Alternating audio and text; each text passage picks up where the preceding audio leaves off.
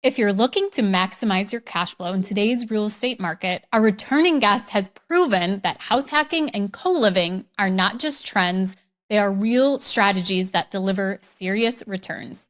Today, he's breaking down exactly how you can find, manage, and scale this unique investment approach from the ground up. That's right. Last time Miller was on the show, he gave us a snapshot of his co-living success. He quit his W-2 to scale his real estate portfolio. And today he's kind of pulling back the curtain on his entire process, from market selection to tenant management and so much more. So if you've been curious about co-living, but you weren't sure where to start, this is the episode you've been waiting for. Even if co-living isn't your preferred strategy, Miller has so many universal tips on analyzing markets and managing tenants that you won't want to miss his expertise here.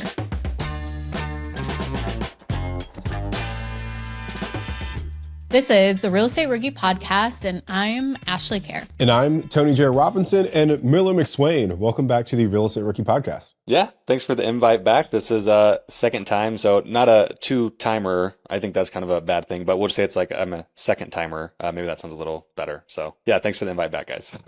Okay, Miller, so it's been about 4, 5, 6 months since you've last been on the show. How has your co-living portfolio evolved? Yeah, so we actually haven't bought anything in the last 3 or 4 months. Instead, we've been focusing on kind of optimizing what we have. Not to say that you can't buy them now. We just wanted to take a little bit of breathing room to get everything that we have totally up to speed. So we are still trying to buy. In fact, we're under contract on one right now.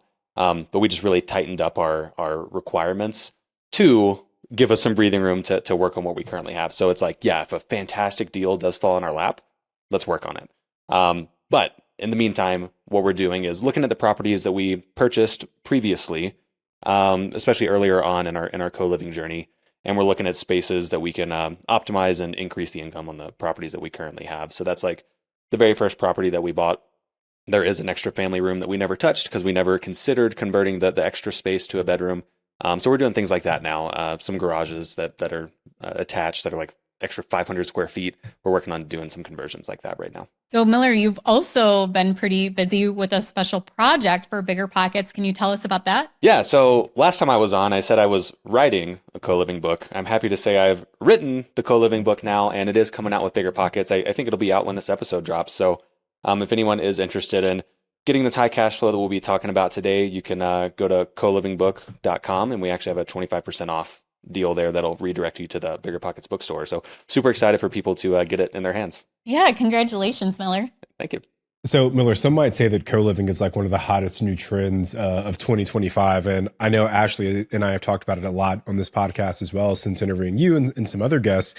So what do you make of co-living kind of having its moment right now? And why do you think it's a strategy that so many people are starting to get excited about? You're right. It is definitely the hot one right now. Like right, short-term rentals were super hot for a while, and then midterm, and then now it's co-living. So a lot of strategies kind of go through this like really hot phase. I think whenever I think about strategies, I think about 3 things whenever you're considering which strategy to commit to. So, and there's a lot of things that you could think about, but I think about regulations, then I think about supply and demand. So regulations tell you, right, does the state or the city even allow you to do this? If they do, how easy do they make it, or how hard do they make it? And then the supply and demand kind of tells you how profitable is this strategy? Like, is it even worth pursuing? Even if the city lets you do it, is it worth doing? So if I kind of compare co-living to short-term rentals, I think it would be a really good example. So as far as the regulations go, short-term rentals, in 2015, right, you could do short-term rentals in cities and vacation markets and rural areas, like whatever, right? Like the city didn't know anything bad or good about it. It was just like, yeah, you're allowed to do it because there's no regulations against it. Over time, right, we've seen that it still works super well in vacation markets, right? It's still a phenomenal strategy for the Smokies and what Tony talks about in like Joshua Tree and all that. Still super favorable regulation-wise. But in cities, it's a little bit of a different story. So like in places like Denver and I don't know, there's Texas markets and all sorts of markets are starting to come out with or already have regulations that do limit it, short-term rentals within the city. And the reason for that is just that the short-term rental strategy does convert housing that was meant for long-term families that live in the city to housing for tourists. And great, that can produce cash flow and everything. But that does, drive up costs for the locals. So that's just kind of the thinking behind that regulation. Again, works great in vacation markets. But on the other side with co-living, when you think about regulations, things are actually swinging the other way. There's more and more favorable regulations because it does provide cheaper housing for locals, right? So whenever you elect a mayor or you elect a governor or whatever, the people who are voting probably want cheaper housing, right? So that's kind of why it's leaning more favorably on the regulation front. So then if we dive into supply, so I guess I'll say a little bit of a negative on regulations for STRs in cities and a little bit of a positive for co-living in cities. Let me ask just really quick before we go to supply on the regulation piece, because I agree. I think the regulatory landscape in the short-term rental industry has changed significantly. And there are a lot of folks, I think, who have kind of gotten themselves in the hot water by not really understanding the regulations before they buy something. So if I want to pursue the co-living strategy, I guess what should I be looking for from a regulatory standpoint to know that the city actually supports or is encouraging of this co-living strategy? Yeah, very, very good question. So the biggest thing that you want to look for, right? So what you can find is that cities or states could have regulations that say you can only have a single family house is considered 5 unrelated people or less, or 3 unrelated people or less, or 8 unrelated people or less. So that's usually the potentially limiting regulation. Some cities will have that, and then some won't have a regulation against it at all. But you'll definitely want to check to see if it does. And so there are cities that are not favorable. So I don't want to say every city is. I'm just saying it's trending towards doing that. But for example, a lot of people are getting cracked down on pretty hard in Fort Worth, Texas, who are doing co-living, and it was against the regulations there. But they're like, the city doesn't actually enforce it, so we'll go for it. Well, it turned out not to be a good idea in Fort Worth, and there's a Florida market that I'm thinking of that's the same way. But there's states like Washington State, Oregon State, Colorado that have passed statewide legislation preventing cities from setting those sort of regulations. And then there's other cities and states that just don't have them. So like Houston doesn't have any regulations against that. But that's the sort of law that you would want to look up. And it's really hard to Google. So unfortunately, you probably have to email the zoning office, the planning office to kind of get your answer. And definitely get it in writing too if you are going to contact them directly. So it's not a phone call and later on you have to say, well, this person that I talked to, but you have no evidence of that if it becomes a problem.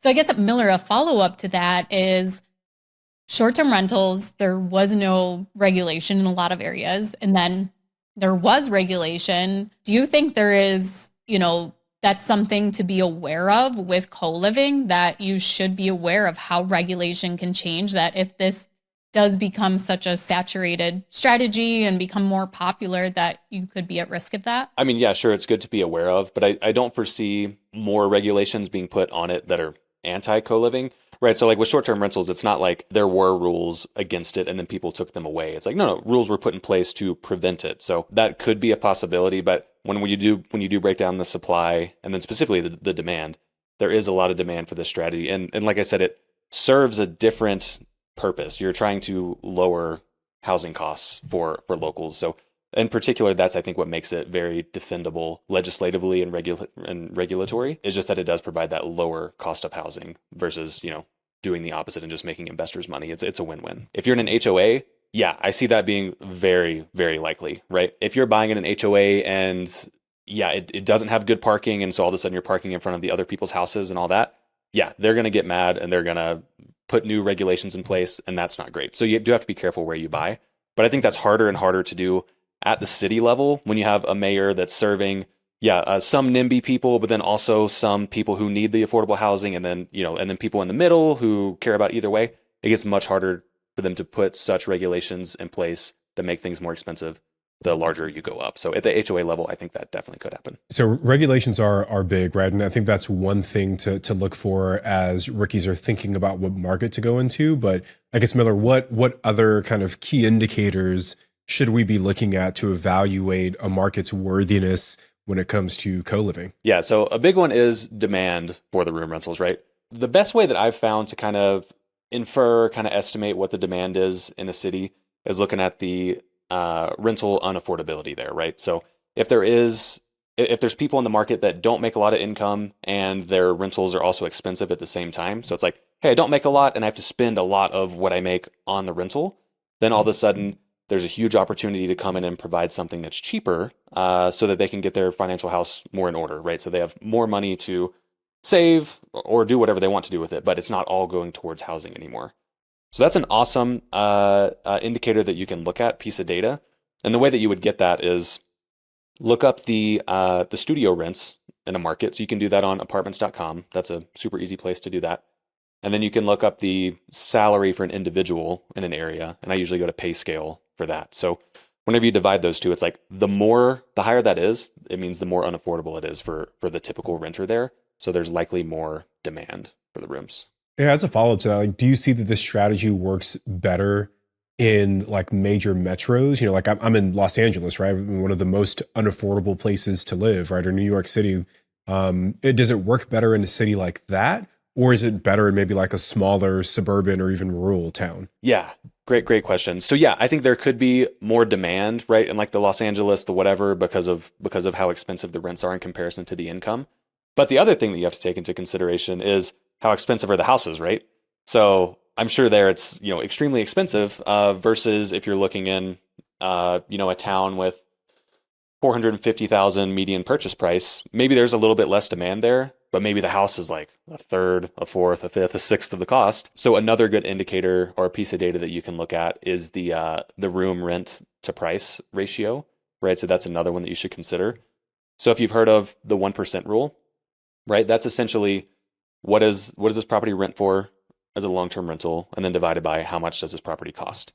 So you can essentially do that with room rentals, with co-living properties, but instead you're just dividing the room rent in that market by the purchase price. So the higher that is, the more bang for your buck. So if you have those two pieces of data, you can kind of weigh them however you want to, but they can give you a good picture of whether this would be a good co-living market or not. One other piece of data that you can look at that I really like is population growth. So right, you can look at historical appreciation and historical rent growth and all of that, but it's a little bit dangerous because if you see that a market has grown by 10% per year in property value, like that sounds cool. It's like, oh, I would love to get in and also reap this, 10% per year increase, but it may have already gotten all of that appreciation. And maybe now you're just stuck at the top of the market and it goes down or it just doesn't continue to go up. So instead, what I like to look at is population growth because I think it predicts and infers what property values and what rents could do in the future, right? Because if you have a certain number of properties for sale in a market and now more and more people are moving there, all of a sudden the people who are selling the properties can jack up the price because so many people want them. And the same idea on the rental side. So the higher the population growth, the higher you could expect property values and rents to go up in the future. So that's another one to throw in there that could really make a awesome just investing market in general. I just want to dive into, Miller, how exactly you're finding these deals that make sense. So I guess what kind of specific features do you look for in a property that would make it ideal for co-living? Like, are there certain things to look for now that you didn't quite know of when you first started? Yeah, there's a lot of them. I think the very first thing I would say is like, you need a really good real estate agent that knows about co-living, right? So in a perfect world, if you could find a co-living specific agent, they're going to help you so much with this. No, I know that there's like agents who specialize in house hacking, but like, are there agents who like, hey, all we do is like help agents with or investors with co-living? Yes, yeah, there's definitely starting to be. So I think if you're in a city with like 400,000 people or more, then I have been able to find co-living specific agents there. Right, just like there's short-term rental agents and yeah, like you said, house hacking and all that. If you're in a market smaller than that, it is less likely to find someone super specialized in it right now because the strategy is in its infancy, in its modern infancy anyway. Like, right, it's existed for a long time, but it's becoming more popular now. So if you are in a larger city, like I said, 400,000 or more, you could probably find someone. I would check out BiggerPockets forums and like search, Houston co-living, Denver co-living, whatever. And maybe you find some posts about it. Maybe you message the people who made the posts and ask who they used as their agent. You could look in the BP Rookie Facebook group. You could DM me. I know agents all over the country and that do specifically co-living. So first, I would definitely try to find one of those because they're going to know the areas that are best for co-living. They're going to know about these features that we're about to talk about. But if you can't find one, then maybe just the next best thing is a cash flow strategy agent. So someone who's done short-term rentals or done midterm rentals. Again, they're really different, but at least they're kind of aligned in this cash flow thinking. It's probably the closest you could get. You can also go to biggerpockets.com/agent finder. And when you're matched with an agent from your area, let them know that you're looking to do co-living. And one way you can ask them to see if they actually are specialized in co-living is asking them how many people have they helped purchase a home for co-living. So they actually have to give you a number instead of just asking them, have you helped people do co-living before? Then they just say, yeah, oh yes, I have. And maybe it was just one person, but if you ask it that way, they have to, if somebody really has done a lot of co-living deals, they'll be able to say, oh yeah, I did 10 just last year helping someone. So great way to phrase that. Yeah, and you can definitely ask. So first off, everyone will say that they've done it. They're like, oh yeah, of course. So because of course they're salespeople, right? But if you've read the book or listened to this podcast or whatever, you can ask questions to kind of figure it out. So you could ask them about these features. So parking is a big one, right? So you could ask them about parking, like, oh, how many parking spots do you usually see your clients buy, like for co-living? Or what do the remodels usually look like for co-living? And like if they say something about, oh yeah, building a room in the unfinished basement, the extra family room, converting that to a bedroom, then okay, they do at least know what they're talking about a little bit. But I will say, when you do have this agent and you start digging down into specific properties that you're looking at, the first and quickest thing to look at is parking, right? You can hop on Google Maps, turn it on to the satellite view, or hop down on the little yellow man doing the street view. And you definitely do want to have a lot of parking, because exactly what we mentioned earlier, you don't want to make the neighbors mad, right? Technically, it might be okay. It might be allowed to park, wherever in front of other people's houses. But we're definitely not trying to give the strategy a bad stigma and induce any regulations with the HOAs or even at the city level or whatever. So you do want to look for ample parking. So that's things like corner lots. That's things like we have some that are just really wide, like wedge shaped lots. So there's just a ton of front street parking. It could be we've seen some with like driveways that go into the backyard, and then there's like a parking pad back there. There's a lot of different ways that you could find parking, but it's not a house sandwiched in by 5 other houses on every side of the street, and you just have a 2-car garage. Like that's not going to cut it. Miller, I'm curious, have you ever gotten rid of the backyard to create more parking and added just a big, huge parking lot in the back? You totally could. We have not. All of ours have been had good parking from the start. But yeah, I mean, if deals started to get tighter and tighter and tighter, you get more creative. So it's like, yeah, if the side yard is big enough to add like a driveway through the fence, and then you build a parking pad, cool. I have heard of people like graveling the front yards. Maybe it just depends on the market. That would be something that would definitely make my neighbors mad.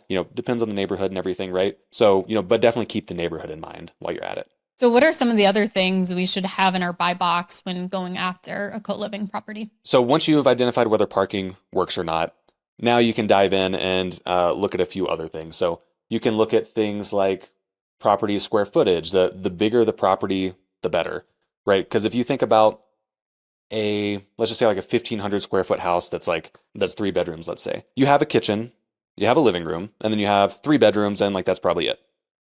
Now, any additional square footage you add beyond that, so let's say that instead you find a 2,500 square foot house that's 5 bedrooms. Okay, well, every piece of additional square footage, for the most part, goes to building bedroom type area. So you just get much more efficient with the floor plan. The more square footage, the more opportunity there is to add bedroom. Once you've looked at the square footage, notice that I didn't say anything about filtering on bedroom count. So you're probably not going to find a 6-bedroom house in a market, or maybe you could, but you're probably not going to find a 7. You're probably not going to find an 8. Like the highest that we have right now is 8, right? You're not going to find those. So we've bought properties that are huge, 3,000 square feet, 3,300 square feet, but only have 3 bedrooms. So it's really great because no one else wants to buy that, by the way.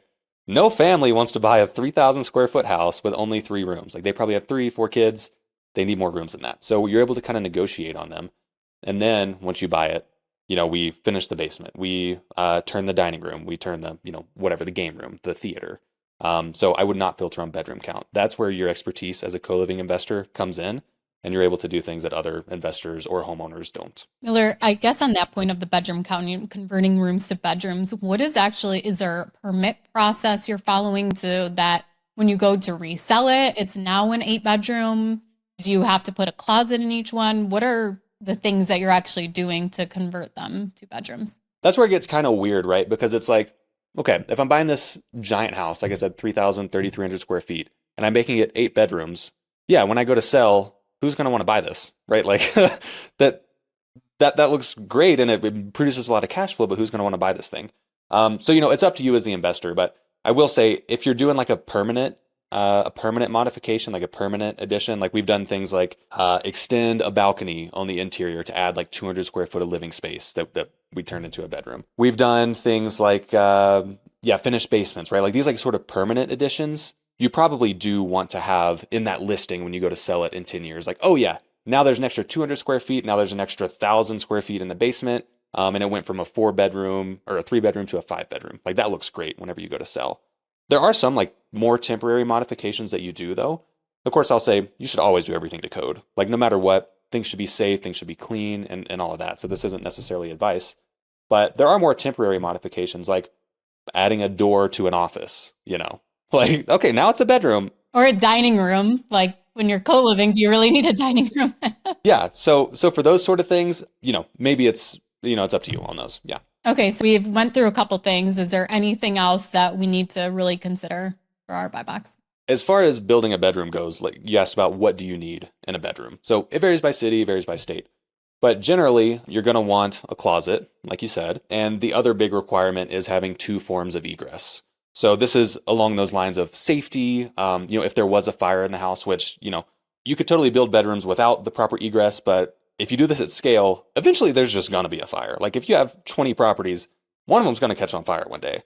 And you do not want to be stuck holding the bag, right? So you definitely want to make things safe. So usually you need 2 forms of egress. One of them has to be to the exterior.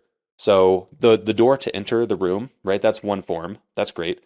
The other form needs to have some exterior access. So that would be things like a window, like a door even that goes to the exterior. Like if you converted a garage and there's another door that goes straight to the backyard, like that could potentially count.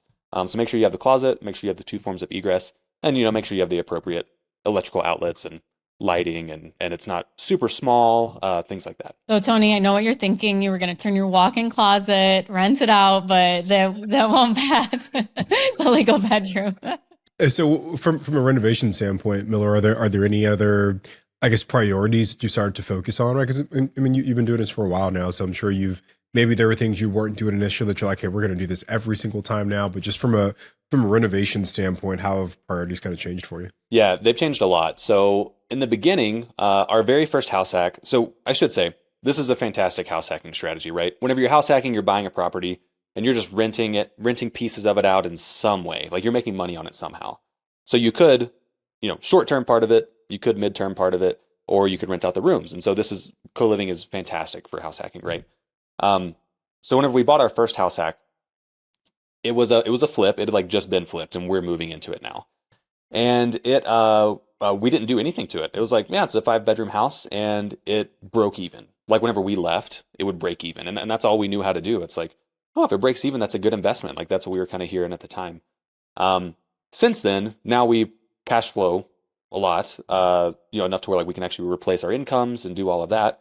And that's because we did start getting creative with those floor plans. So the biggest recent tools in our tool belt, beyond the simple ones like the dining rooms that we've been talking about, is the garage conversion. That's the big one, right? We have multiple houses with 3-car garages, like seriously, like 500, 600 square feet just sitting there for cars. And now whenever we convert these, we're not taking away parking because it's still like you can park in the driveway, right? So where 3 people would have parked in the garage, you're just now parking outside. But you can add a lot of square footage and add 2 rooms easily in something like a 2-3-car garage. I mean, I guess you could also charge for parking in the garage too, like charge extra, like if you want the premium parking spot, I guess. But then I guess you have to worry about people parking in the garage doors, you can't get back out, or storage too. Like if you don't have it in your budget to actually renovate the garage, there are other things you can do too to make money off of it. Yeah, originally that is how we utilize the garage. So like I said, we've just been optimizing recently. So previously we could rent each garage space for let's say $100 a month. So 3-car garage, $300 a month. Awesome, that's great. Instead, if the house supports it, if there's enough bathrooms, right? Like we're not trying to just cram for no reason. It's like, oh, if we could reasonably fit 3 more people and the bathroom still makes sense and the kitchen's not overloaded with people, then all of a sudden, if we had 2 rooms, let's say, now we're making an extra $1,400 a month instead of $300 a month. So it really adds a lot to your cash flow if you invest into it. Yeah, there's something else I want to add that I recently came across with, I was talking to the guy from the health department that comes and does the septic and water testing on property. So I'm assuming most of your properties probably have, public sewer, not dealing with a septic, but just in case there is someone who is considering a property that has a septic, is that, most septics are built to only support so many bedrooms by the bedroom count. So if you have a septic that, only supports a 3-bedroom, but you're going to convert the basement into, have a 4th or 5th bedroom, whatever that may be, when you actually go to sell the property, you will have a problem that you're selling it as a 4-bedroom house, but your septic only supports, 3 bedrooms. And so he said that what a lot of people do is they'll list the property as a 3-bedroom with an office or with a den, and then the people come and see the house and like, oh, I could actually use this as a bedroom. But just something to be careful of too is make sure your utilities will support the bedroom count too. Should your contractor know about that, or should you talk to the city to know about that? How do you know if there's like an issue with the utilities? Yeah, so I would call whoever does the septic and the septic inspections in your area. And when you purchase a house, there should always be, at least in New York, you always have to have the septic inspected anyways. So before you're even closing on the house, you would find that information out. Miller, one final question on the renovation side. So do you leave any communal space aside from the kitchen? Like, is there typically still like a living room? Or like what communal space do you typically leave? Yeah, so we definitely do. So I would define co-living as community living. And I would say that is a room rental strategy with built-in community, right? And that's very difficult to do if you don't have any community space. So yeah, definitely we always keep a living room. And we have, porches outside, whatever. So people could hang out outside if they wanted to. But yeah, definitely have the community space inside. We've started adding on some new community like features and amenities, things like the newest one that we're trying out is bowling night. So, super cheap for us to pay for. It's like message the house, hey, anybody want to go do bowling on Friday? And I don't even, it's like $5 or $10 a person or whatever. But that just gets them out of the house. So you could even do this if you didn't have community space. But I think it's great if you also have the community space. So there's little things like that to really help everyone form those relationships. But it really helps on the management side. It sounds like, oh, well, doing these community events would be a drag on management. It's like, oh, now I got to schedule these things and whatever. It cuts down on the issues that we experience by so much. Ever since we started doing this, huge drop in inter-tenant conflict. Because just now they know each other and they can chat about issues themselves. They're not texting me about the guy next door who's loud because they know that guy now. Like they've talked to him. They can just go knock on his door and speak to him directly. So it's helped out a lot on the management front. Miller, the last piece on this, is there any little thing that isn't super expensive or requires a whole house remodel or anything like that is unique that you've found that your renters would actually really enjoy as an amenity? So like, for example, having 3 fridges where, each person gets half of a fridge instead of just one little tiny shelf. Or is there any little things like that somebody can do that a tenant would appreciate and actually want to live there because of those little things? Yeah, this isn't necessarily on the remodel side, but on the just on the experience side, I would say a really easy thing to do is to provide the shared supplies for the house. So we provide toilet paper, trash bags, paper towels. And so, for example, whenever we do like rent raises or anything like that, in that email I include like, hey, don't forget, no one else does this. Like anywhere else you go, you're going to be paying an extra, you're going to be paying for your toilet paper and paying for this and, fighting with your roommates about it. So that's been an easy one where I think people immediately see the value. Like as soon as they move in, they're like, whoa, this is way better than any dorm I've lived in. This is a different beast. Just because we provide those things that cost us $50 a month, maybe nothing crazy. So we talked a little bit about the renovation side, but I guess the thing that comes to mind next is actually running the numbers. And you touched on this a little bit earlier, but I guess how is the strategy for analyzing a co-living property different than a traditional long-term rental? And where have you found to go to get the best data to know what you can actually charge? So it is similar to running the numbers for a traditional long-term rental, like so close, in fact, that you can use, like I use the BiggerPockets calculator.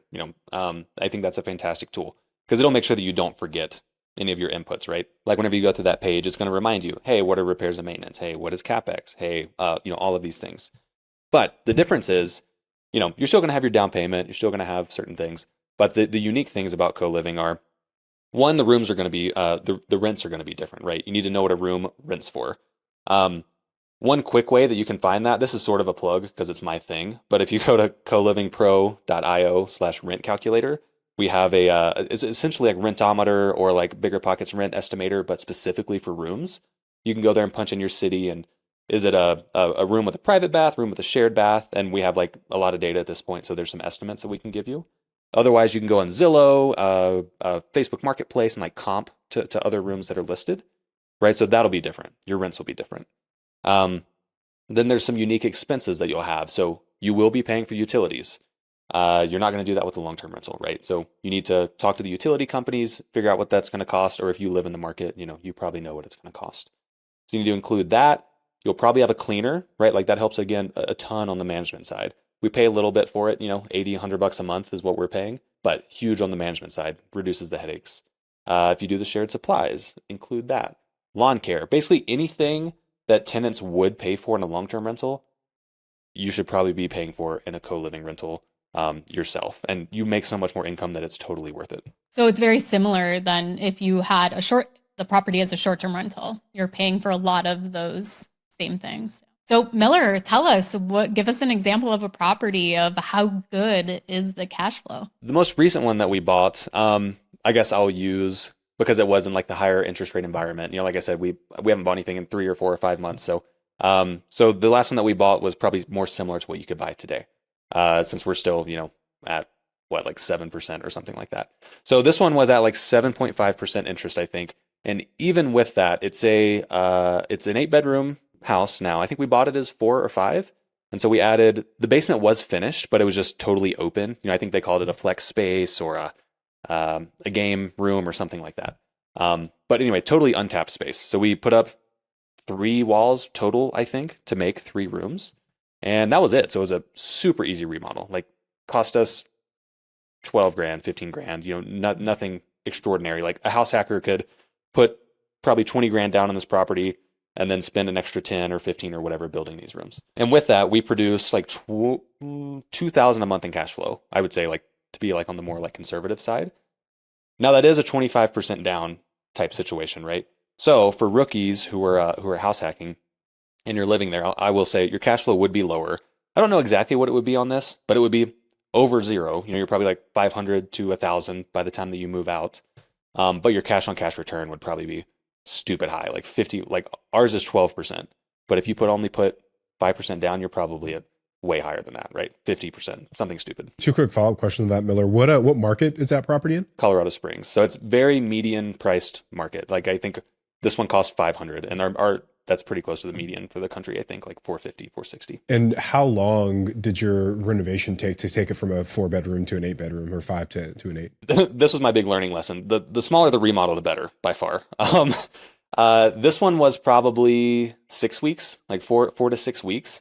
And we had just come off of doing 2 much larger remodels where we went from the 3 to the 8, which doesn't necessarily mean that it's a much bigger remodel, but it was just the way in which the property was laid out. It was a lot of work and it took like 3 months. And that really sucked cash flow, right? For like 3 months, not having that much occupancy was pretty tough. I guess last question, right? So like how long does it take post rehab typically for you to fill all of your bedrooms? Like, do you have like a waiting list of people just like knocking on the door while you're doing renovation? Or is it kind of like a lease up process where it takes a couple of months to get all those rooms filled? Yeah, great question. That definitely is a disadvantage of co-living, is that pros and cons. It's like you have a lot of income streams. Like you have redundant income streams. You have, let's say 8 people, 1 loses their job, 1 leaves in the middle of the night, whatever. Okay, it sucks a little bit. Second one leaves, okay, still sucks, but you're probably still positive cash flow. By the time 3 or 4 of them leave, okay, maybe now you're digging into reserve. But the flip side of that, the con of that is that you do have to get all of those filled up in the beginning. So that is the toughest part of co-living, I would say.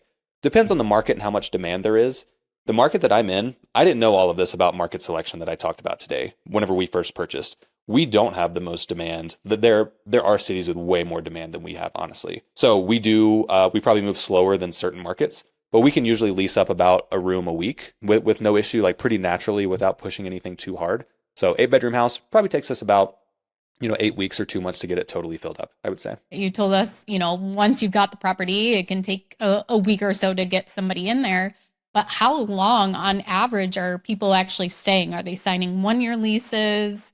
What does that look like? Yeah, I will say that once you get the property filled up, now, even if it takes a week to find someone, that's not such a big deal because you probably got a 30-day notice or a 60-day notice. So you can probably get someone in there without so much lag. So that is a benefit there. But yeah, as far as how often they stay, what's the turnover like and all that, we've been seeing that our average is like 10 months. So on the leasing side, we'll let anyone sign anywhere from a 1 month to a 12 month, and we just kind of adjust the pricing, depending on how long they end up staying. So most people will pick a 6 month or a 12 month and is leaning towards the 12.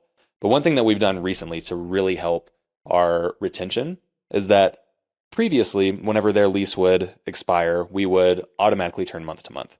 Super easy on the paperwork, right? Like that was cool. It was great that we started that way because I didn't have all the time to look at all the paperwork and everything. Since what we do now is, okay, a few months out or 2 months out from their lease expiration, we'll now send them options. So it's like, okay, you could continue month to month. It will be a little bit more expensive because you have more flexibility to move kind of whenever you want. That puts us at a little bit of a disadvantage. So that is an option that they have. Or re-sign at 6 or re-sign at 12 months. And the pricing, varies there. So I've been very surprised at what we found. We found that almost everyone signs a 12-month just to get that $20 a month discount or whatever it is. Instead of $800, it's now $780. Total win-win, right? It's like, okay, we make $200 less over the year, but all of a sudden we're not going to have a vacancy. And yeah, if the room sits vacant for 1 week, right, that's $200, $300 gone. So reduces management headache and extends the stay, and probably is better for the cash flow overall, even though there's a little bit of a dip in income. Last question, Ro, because I think the one challenge that a lot of folks have when it comes to co-living is kind of just the idea of 8 people being together. And you've already touched a little bit on, hey, I'm going to buy I'm going to buy all of your consumables. I'm going to pay for the utilities. We're going to assign parking spaces. I guess, what have you found, or what have you found to be like the holy grail of making sure that there's harmony amongst all of these random people that you're putting into a house together? 2 holy grails. One is screening, right? Make sure that you screen well. Like, that's probably one of the biggest questions I get whenever people are looking to join the household. And I usually know that they're a good applicant if they ask this, but they're like, hey, how do we know that everyone in the household is like good? How do you like maintain the quality? And so it is because we definitely screen well. So part of that is talking to rental references, right? Like that's a huge piece. If they have like personal references, like you can require those, or I don't know if you can technically require them or not, but you can definitely request those and talk to them depending on the state. So you want to get an idea from the rental references how they've behaved, because a lot of these people have been in room rentals before, so you can get a good idea from that. Also, whenever they come to tour, we have the current residents tour them around, so there's like an immediate vibe check there.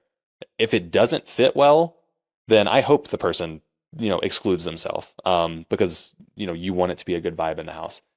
If they don't exclude themselves, the person who gave the tour will probably tell us that it didn't go well, so we'll get an idea from that. So that's one big thing. And then the second one I would say is the community piece. So I think that is overlooked. Even if you do keep the living room and that's all you do, I think that that's not enough, because that is what we did at first. Like we kept the living room. We're like, hey guys, go hang out. And just that initial connection was never made. So no one ever hung out, ever. And no one ever talked. They would say, hey, in the hallway, and that's it. We found that we really do have to provide that just initial spark, just a little bit. Here's dinner. Here's bowling. And then it takes off from there and is self-sufficient after that. But we have to provide that spark, is what we found. Well, Miller, thank you so much for joining us today. Can you let everyone know where they can reach out to you and find more information? Yeah, if anyone has questions, feel free to DM me on Instagram, just Miller McSwain, it's my name. But yeah, and if anyone's interested in the book, like I said, colivingbook.com, 25% off there, and you can pick it up from the BP bookstore. Yeah, and congratulations again on writing your book. I can't wait to read it. Thank you guys so much for joining us today. I'm Ashley and he's Tony, and we'll see you on the next episode of Real Estate Rookie.